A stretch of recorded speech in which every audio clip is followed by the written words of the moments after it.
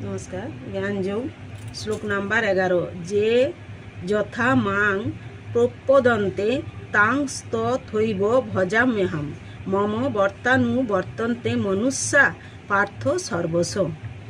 যে যারা যথা যেভাবে মাম আমাকে প্রপদন্তে আত্মসমর্পণ করে তান তাদের তথা সেইভাবে এব অবশ্যই ভজামি পুরস্কৃত করি অহম আমি মম আমার বর্ত পথ অনুবর্তন্তে অনুসরণ করে মনুষ্যা সমস্ত মানুষ পার্থ হে পিতাপুত্র সর্বস্ব সর্বতভাবে।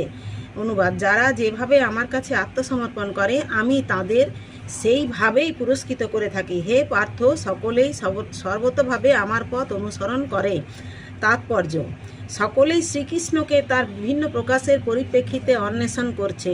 পরমেশ্বর ভগবান শ্রীকৃষ্ণকে তার নির্বিশেষ ব্রহ্মজ্যোতি রূপে এবং অনুপরম